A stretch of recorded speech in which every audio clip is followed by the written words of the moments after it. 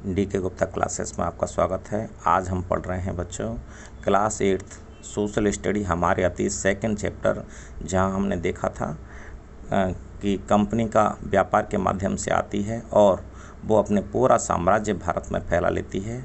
तो उसमें उनकी काफ़ी नीतियां थीं कंपनी की, जैसे विलय की नीति है, सर्वोच्चता की नीति है या सहायक संधि की नीति है। उसके माध्यम से उन्होंने पूरे भारत पर लगभग अधिकार कर लिया था, अपना अधिग्रहण कर लिया था। तो अब हम देखें उस जो अधिग्रहण कर लिया था, इतना बड़ा साम्राज्य हो गया था, तो उस साम्राज्य को संभालने के लिए उन्होंने क्या क्या नियम कानून बनाए, नए शासन की स्थापना को हम देखें बच्चों आज। तो अंग्रेज़ों को जो महत्वपूर्ण गवर्नर जनरल था वारेन हेस्टिंग, उसने न्याय के क्षेत्र में बहुत ज़्यादा सुधार कार्य किए। हमारा जो ये भारत था, जो अंग्रेज़ों का भारत था उस समय, तो सबसे पहले अंग्रेज़ थे वो आपको पता है बच्चों, बंगाल आए थे। बंगाल में हुगली नदी के किनारे इन्होंने अपना व्यापारिक केंद्र स्थापित किया था। फिर उसके बाद में ये अपना साम्राज्य इन्होंने फैलाते फैलाते इन्होंने अपने जो पूरा भारत का राज्य हैं या रेजिडेंसी है वो 3 जगह स्थापित की। बंगाल, मद्रास जो अब चेन्नई है वहाँ, और मुंबई जो पहले बम्बई कहलाती थी वहाँ। तो इनमें क्या होता था बच्चों, इनमें गवर्नर होते थे। इनके शासन व्यवस्था को संभालने के लिए, इनके शासन को संभालने के लिए गवर्नर हुआ करते थे, बम्बई, मद्रास, बंगाल इनमें, और इन सब के ऊपर पूरे भारत में एक गवर्नर जनरल होता था। तो वारेन हेस्टिंग जैसे हमने देखा था बच्चों, न्याय के क्षेत्र में काफ़ी सुधार किए थे। यहाँ भारत में क्या हो गया था, 1772 में न्याय को संभालने के लिए, न्याय व्यवस्था को संभालने के लिए हर ज़िले में 2 अदालतों की व्यवस्था की। एक तो अदालतें बनाई दीवानी अदालतें, और एक बनाई थी फौजदारी अदालतें। दीवानी अदालतें बच्चों वो होती हैं जो बिना लड़ाई झगड़े की होती हैं, जिनमें काफ़ी सारे पैसे के लेन देन के केस होते हैं, या घर के बंटवारे के केस होते हैं, या अन्य प्रकार के बिना लड़ाई के केस होते हैं। और ये फौजदारी वाले केस वो होते हैं जिनमें लड़ाई होती है, मारपीट हो जाती है, एक दूसरे को लाठी हथियार उनसे मार देते हैं, वो वाले केस होते हैं फौजदारी केस। तो बच्चों इनमें क्या हुआ था, दीवानी अदालतों में अब जो अंग्रेज़ थे उन्होंने यूरोपीय जिला कलेक्टरों की हमारे प्रत्येक ज़िला में नियुक्ति कर दी। यूरोपीय जिला कलेक्टर थे वो प्रत्येक ज़िले में स्थापित कर दिए। तो ये जो कलेक्टर थे इनका मुख्य काम तो क्या था, कर और लगान इकट्ठी करना, और जो पुलिस अधिकारी हैं उनकी सहायता से कानून व्यवस्था बनाए रखना, इस प्रकार के काम थे। अब न्याय के रूप में क्या काम थे यूरोपीय जिला कलेक्टरों के, इनके काम थे जैसे दीवानी अदालतें होती थी, इनका पूरी तरह से मुखिया यूरोपीय जिला कलेक्टर होता था। और यूरोपीय जिला कलेक्टर था वो भारतीय कानूनों की सलाह मौलवी जो मुसलमानों में थे और हिंदू पंडित उनसे लिया करता था। मतलब ये ही मुखिया था यूरोपीय जिला कलेक्टर दीवानी अदालतों का। तो और फौजदारी अदालतों का बच्चों, फौजदारी अदालतें अभी पहले जैसे ही चल रही थीं। जो काजी थे, मतलब काजी का मतलब न्यायाधीश थे, या मुफ्ती थे, मुस्लिम समुदाय के न्यायविद या न्याय के जानने वाले थे, ये ही न्याय कर रहे थे अभी फौजदारी अदालतों में। लेकिन इनकी निगरानी अब जिला कलेक्टर, जो यूरोप से जिला कलेक्टर आता था, यूरोप का मतलब बच्चों इंग्लैंड यूरोप महाद्वीप में एक देश है, तो यूरोपीय जिला कलेक्टर की निगरानी में ये काम होता था। अब बच्चों देखें, एक बच्चों मैं नक्शे में एक चीज़ दिखाऊं आपको, ये जो आप शायद समझें इसको कि इनका रेजिडेंसी इन्होंने कहाँ कहाँ स्थापित कर ली। देखो सबसे पहले बच्चों ये पश्चिम बंगाल, कलकत्ता, ये जो कोलकाता लिखा हुआ कलकत्ता पहले हुआ करता था, एक सबसे पहले तो यहाँ आए थे, यहाँ रेजिडेंसी थी इनकी। अब बच्चों देखो एक इस साइड को संभालने के लिए इनकी रेजिडेंसी यहाँ हो गई, एक रेजिडेंसी इन्होंने यहाँ बनाई थी, ये देखो मुंबई यहाँ पे इस साइड में बनाई थी। एक बच्चों रेजिडेंसी इन्होंने यहाँ से तमिलनाडु में आप देख रहे होंगे, ये चेन्नई है, ये चेन्नई यहाँ बनाई। मतलब एक तरह से त्रिकोण पे पूरे भारत को संभालने के लिए इस प्रकार से इन्होंने रेजिडेंसी बनाई। और पूरे भारत में तो फिर आपको व्यवस्था पता ही है, सहायक संधि, विलय नीति या सर्वोच्चता की नीति के हिसाब से इन्होंने अपने एक तरह से अपना ही शासन, चाहे अब पाकिस्तान हो चाहे अफ़गानिस्तान हो। अफ़गानिस्तान में जैसे हमने पढ़ा था कि वहाँ पर भी इन्होंने अप्रत्यक्ष रूप से अपना ही शासन स्थापित कर दिया था, रूस से बचाव के लिए अपना शासन स्थापित कर लिया था। चलो पाठ पे आगे बढ़ते हैं बच्चों। तो इस प्रकार से ये देखें हम बच्चों कि कभी कभी क्या प्रॉब्लम आती थी, दिक्कतें क्या आती थी। जो ब्राह्मण पंडित होते थे वो धर्मशास्त्र की व्याख्या अलग अलग तरीके से कर देते थे। कोई पंडित था, कोई ब्राह्मण था, किसी कार्य को अपराध मानता था, कोई था किसी कार्य को अपराध नहीं मानता था। तो क्या हुआ, 1775 में, हम 1773 से आगे बढ़ रहे हैं, 1773 में ही वारेन हेस्टिंग आए थे। 1775 में 11 पंडितों को बुलाया गया। 11 पंडितों के भारतीय कानूनों का संकलन, मतलब भारतीय कानून क्या कहते हैं इनके बारे में, इनको इकट्ठा किया गया। 11 पंडितों को ये काम सौंपा गया और फिर एक अंग्रेज़ अधिकारी थे एन.वी. हालहेड, उन्होंने उसको अंग्रेजी में रूपांतरित किया था। ये काम हो गया था हिंदुओं का। इसी प्रकार से मुस्लिमों का भी एक कानून बनाने के लिए, क्योंकि कोई भी मौलवी है कुछ कानून बताता, कोई कुछ कानून बताता, तो उनकी भी एक मुस्लिम कानूनों की भी एक संहिता उन्होंने 1778 में तैयार करवा ली, जिससे किसी भी धर्म को एक ही तरीके से न्याय किया जा सके। अब बड़ी अदालतों में देखें तो 1773 में क्या बच्चों, रेगुलेट करने के लिए, भारत को रेगुलेट करने के लिए एक रेगुलेटिंग एक्ट आया था। तो उसके तहत क्या है, भारत में जो अंग्रेज़ों का भारत था उसमें एक सर्वोच्च न्यायालय की स्थापना कर दी गई थी। और सर्वोच्च न्यायालय के अलावा कलकत्ता, जो उनका प्रथम प्रवेश था, वहाँ कलकत्ता में एक अपीली अदालत या सदर निजामत अदालत की स्थापना कर दी गई थी। 1773 के रेगुलेटिंग एक्ट के तहत करी गई थी। रेगुलेटिंग मतलब रेगुलेट करना, भारत को रेगुलेट करना चाहते थे वो। अब क्या हुआ बच्चों, इस प्रकार हम देखें, जो यूरोपीय जिला कलेक्टर आया था वो एक सबसे बड़ा पद बन गया था हमारे ज़िलों में, भारत के ज़िलों में सबसे बड़ा ओहदा बन गया था। जो हमारे भारत के उस समय के किसी ज़िले के राजा थे या कोई नवाब थे, वो एक तरह से हाशिए पर ला दिए गए। हाशिए का मतलब उनका कोई महत्व नहीं रह गया। अब सबसे बड़ा अधिकारी किसी भी ज़िले का जिला कलेक्टर हो गया। जिला कलेक्टर, कलेक्ट का मतलब इकट्ठा करना। इसका प्रमुख काम क्या था, लगान और कर एकत्रित करना। न्यायाधीशों, पुलिस अधिकारियों और दरोगा की सहायता से ज़िले में कानून व्यवस्था बनाए रखना। 2 काम थे, मुख्य काम लगान तथा कर एकत्रित करना, कलेक्ट करना, है ना। और न्यायाधीशों, पुलिस अधिकारियों व दरोगा की सहायता से, दरोगा ये पुलिस होती है उसको दरोगा की सहायता से ज़िले में कानून व्यवस्था बनाए रखना। ये काम था कलेक्टर का, यूरोपीय जो जिला कलेक्टर था उसका। और ये काम अब भी काम कलेक्टर का है और पहले भी यही काम था। पुराने समय से नाम दिया हुआ है कलेक्टर, अब भी कलेक्टर ही कहते हैं। तो इस तरह से देखें हम बच्चों, जो उस कलेक्टर था, कलेक्टर का कार्यालय था जिसको कलेक्ट्रेट बोलते हैं, वो सत्ता और संरक्षण का अब नया केंद्र बन गया।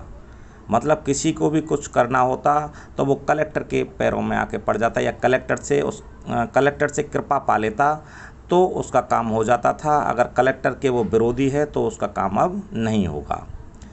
तो इस प्रकार से पुराने सारे केंद्र थे वो हाशिए पर आ गए थे।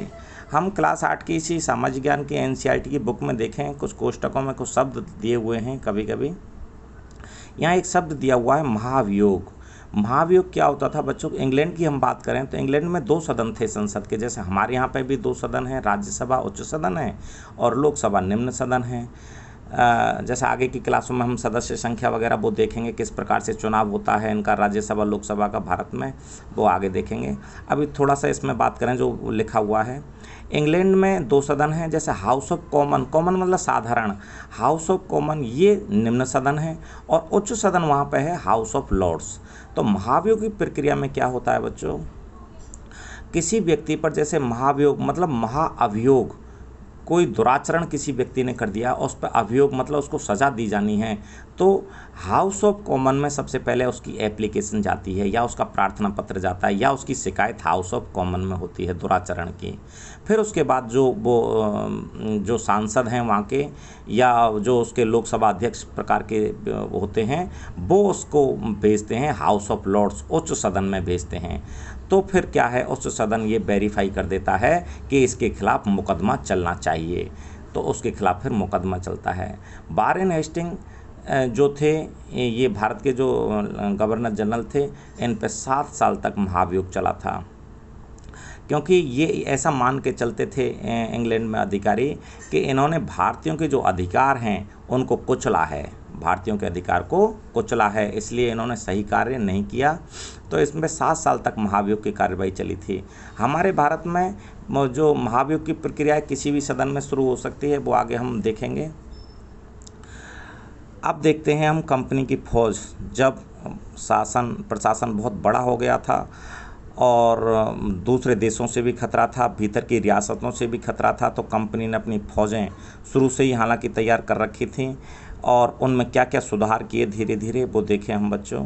कंपनी की फ़ौज तो ये हो क्या रहा था बच्चों, 18वीं शताब्दी में अवध और बनारस जो रियासतें थीं, अवध और बनारस, थोड़ा सा नक्शे में हल्का सा मैं एक बार फिर और जाऊँगा हल्का सा। बनारस, जैसे आपको बच्चों पता हो, वर्तमान समय में हमारे प्रधानमंत्री का ये सांसदीय क्षेत्र है वाराणसी, ये बनारस हुआ करता था। अवध ये वाला हिस्सा था, अवध झांसी ये वाला हिस्सा अवध था बच्चों, ये और ये वाराणसी है ना बच्चों। यहाँ क्या था बच्चों, जो यहाँ के रियासतें थीं वहाँ पे किसानों को भर्ती किया जा रहा था और उनको पेशेवर सैनिक प्रशिक्षण दिया जा रहा था। पेशेवर मतलब उनको एक तरह से नौकरी पे लिया जा रहा था कि आपको हर मंथ तनख्वाह मिलेगी, और इस प्रकार के सिपाही तैयार किए जा रहे थे। तो अंग्रेज़ों ने भी ये भर्ती शुरू की और उनकी सेना तैयार की। अंग्रेज़ों की जो सेना थी उसको वो सिपाही आर्मी कहते थे, जैसे हमारे सिपाही बोलते हैं तो वो बोलते थे सिपाही आर्मी। इससे पहले हम थोड़ा सा देखें बच्चों, मुग़लों में क्या व्यवस्था थी। मुग़लों में अधिकतर क्या होता था, घुड़सवार ज़्यादा होते थे, घुड़सवारों की सेना ज़्यादा होती थी और उनके पैदल सैनिक भी होते थे। और एक व्यवस्था और कर रखी थी मुग़लों ने कि वो जो जमींदार वगैरह होते थे या किसी भी रियासत के बड़े व्यक्ति होते थे, उनसे इस प्रकार के उन्होंने वायदे कर रखे थे कि जब भी हमको ज़रूरत पड़ेगी तो आप हमें पैदल सेना भेजोगे। तो इस प्रकार से मुसलमानों ने अपनी सुरक्षा व्यवस्था को कर रखा था। हालांकि सभी का नहीं कह सकते। बाबर का जब बच्चों हम किसी क्लास में पढ़ेंगे, आपको बात बताएं तो बाबर ने भारत में सबसे पहले मुस्लिम शासकों में तोपखाना जो खानवा का युद्ध हुआ था उसमें तोपखाने का प्रयोग किया था। पर सब मुस्लिम शासकों की ऐसी बात नहीं थी। जो ओवरऑल थी वो ये थी कि घुड़सवार ज़्यादा रखते थे वो और पैदल सैनिक रखते थे, और ज़रूरत पड़ने पर जमींदारों से या जो स्थानीय नेता हो, स्थानीय जो प्रशासक होते थे उनसे अपने लिए सैनिक मंगवाते थे वो। अब क्या हुआ, अंग्रेज़ों की या कंपनी की देखें बच्चों, 1820 में इनके और भी जगह पे युद्ध चल रहे थे, जैसे बर्मा है, अफ़गानिस्तान है, मिस्र में, यहाँ पे भी ब्रिटिश लड़ रहे थे। जैसे मैंने पहले बात करी थी कि ये पूर्वी के और भी देशों में अपना अधिकार जमा रहे थे, तो बर्मा, अफ़गानिस्तान, मिस्र, यहाँ पे भी लड़ाई हो रही थी। तो यहाँ पे बच्चों क्या है, इनकी जो सेना थी, जो अंग्रेज़ों की सेना थी, वो मस्केट का मतलब जो पैदल सिपाही था उस पर भारी बंदूक होती थी, और मैचलॉक, और इसमें क्या होता था, मैच आप समझते होंगे बच्चों, इंग्लिश शब्द है मैच, मतलब माचिस। इसमें बंदूक में बारूद होती थी, उसको माचिस से चिंगारी दी जाती थी। बंदूक में बारूद होती थी, माचिस से चिंगारी दी जाती थी। तो ऐसे लेस होते थे, मतलब एक तो मस्केट टाइप के, एक मैचलॉक टाइप के। तो इस प्रकार की जो टुकड़ी थी, अब उसको भी ज़्यादा महत्व दिया जाने लगा। पूरे भारत में पैदल टुकड़ी होती थी ये, जिस पे एक पे भारी बंदूक होती थी, उसको मस्केट बोलते थे, एक मैचलॉक होते थे, उनको भारी महत्व दिया जाने लगा। मतलब इस प्रकार के भी ये इस व्यवस्था को भारत में ले आए, इसकी भी व्यवस्था इन्होंने भारत में कर ली। अब और देखें और क्या क्या इन्होंने इसमें फौज में सुधार किए। तो 19वीं सदी की शुरुआत में बच्चों इन्होंने क्या किया कि हमको तो जैसे हम इंग्लैंड में सिपाही रखते हैं यूरोपीय संस्कृति वाले, उसी तरीक़ा से इनको प्रशिक्षण देंगे, हम अभ्यास कराएंगे और अनुशासन सिखाएंगे उसी तरीक़ा का जो यूरोप में हम देते हैं, मतलब इंग्लैंड में देते हैं। तो इसी प्रकार का, तो अब क्या है, नियंत्रण ज़्यादा लगा दिया इन्होंने सिपाहियों पर। अब इससे समस्या क्या आ गई बच्चों, अब समस्या ये आ गई, जैसे इन्होंने सिपाहियों की भर्ती तो की थी भारत से। अब भारत वाले तो पता है बच्चों, जैसे आज भी काफ़ी समस्या हैं, पहले भी थी। तो ये जो सिपाही भर्ती होते थे वो अपने जाति, धर्म, समुदाय की भावना है, इनको नज़रअंदाज तो नहीं कर सकते थे। तो ये जो समस्याएं थीं, जाति समुदाय, जैसे अंग्रेज़ लोग क्या है कि धर्म को महत्व नहीं देते थे, भारतीय धर्मों को, जाति, इनको महत्व नहीं देते थे। लेकिन जो पेशेवर सिपाही थे उनके लिए तो इनको सबको मना करना या नहीं मानना एक समस्या थी। उनको तो, क्योंकि किसी भी समाज में या जाति में है, वो समुदाय में है, तो उसको तो मानना पड़ेगा, उसको तो हृदय में बसा हुआ था ये। तो आपको जैसे कि पता होगा बच्चों, ये इस प्रकार की घटनाएं, जाति समुदाय धर्म धीरे धीरे बढ़ के, जैसे आपको पता होगा 1857 के विद्रोह का कारण एक सिपाही विद्रोह था। जैसे एक आपने पढ़ा होगा कि उनको कारतूस खोलने से पहले उनको दांत से चबाना पड़ता था, उस पर शुगर और गाय की चर्बी होती थी, जो भारतीय धर्मों के खिलाफ है, शुगर और गाय की चर्बी।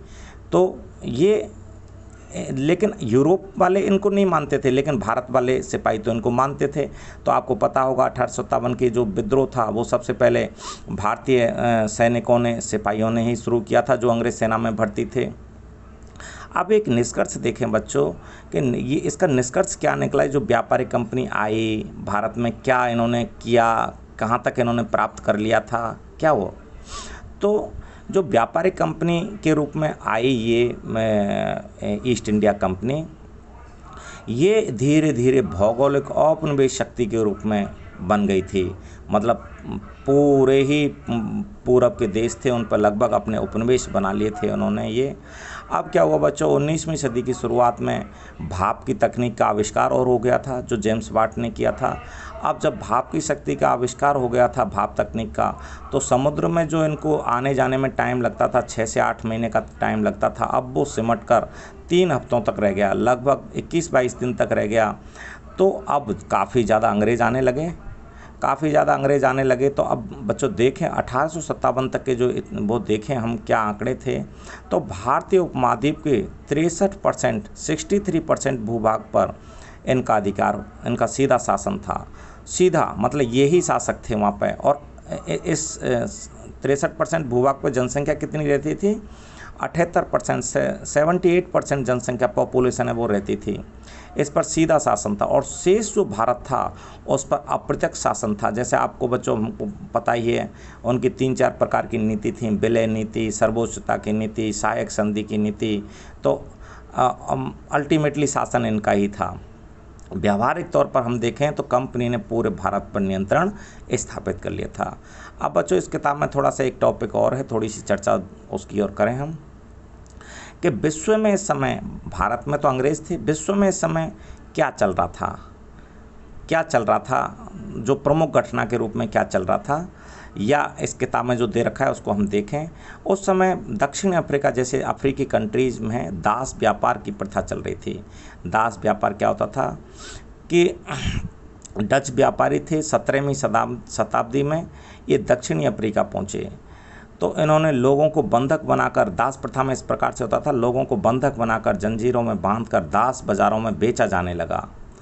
और 1834 में दास प्रथा ख़त्म हो गई थी। दास प्रथा के बारे में जब बच्चों तुम आगे पढ़ोगे तो अमेरिका के एक राष्ट्रपति थे अब्राहम लिंकन, उन्होंने काफ़ी योगदान दिया था दास प्रथा को ख़त्म करने में। दास प्रथा में क्या होता है बच्चों, अगर इसकी आप सजीव तरह से देखें तो शायद आपकी आंखों में आंसू आ जाएं। एक इसमें लेख लिखा हुआ है, उसमें लेख इस प्रकार से है कि जब दास बाज़ार में, जहाँ लगता था दास बाज़ार में, वहाँ जाते थे तो एक ही परिवार के जैसे सदस्य हैं, माँ हैं, उसका माँ है, पिता है, उसके बच्चे हैं, तो जो भी ग्राहक बनकर आते थे तो उनको इस प्रकार से देखते थे जैसे पशुओं की तरह देखते थे उनको, कि कौन सा सही है कौन सा गलत है। कभी कभी बच्चों ऐसा भी होता था कि ना खरीदार होते थे वो एक ही परिवार को एक साथ ना खरीद कर, किसी ने माँ को ख़रीद लिया, किसी ने बेटे को ख़रीद लिया, किसी ने बाप को ख़रीद लिया, तो वो तीनों चारों जो परिवार के सदस्य थे वो एक दूसरे से अलग हो जाते थे। वो स्थिति कैसी होगी, बड़ी दयनीय स्थिति थी। और इसको विभिन्न देशों के प्रयास से 1834 में दास प्रथा को ख़त्म किया गया। बच्चों यहाँ ये पाठ ख़त्म होता है। मैं एक बार फिर कह रहा हूँ बच्चों, किताब ज़रूर पढ़नी है, आपकी समझ विकसित होगी। और कोई भी समस्या हो तो हमारे कमेंट बॉक्स में लिखना, उससे हम और आप दोनों सीखेंगे। चैनल को सब्सक्राइब करना, लाइक करना, नमस्कार बच्चों।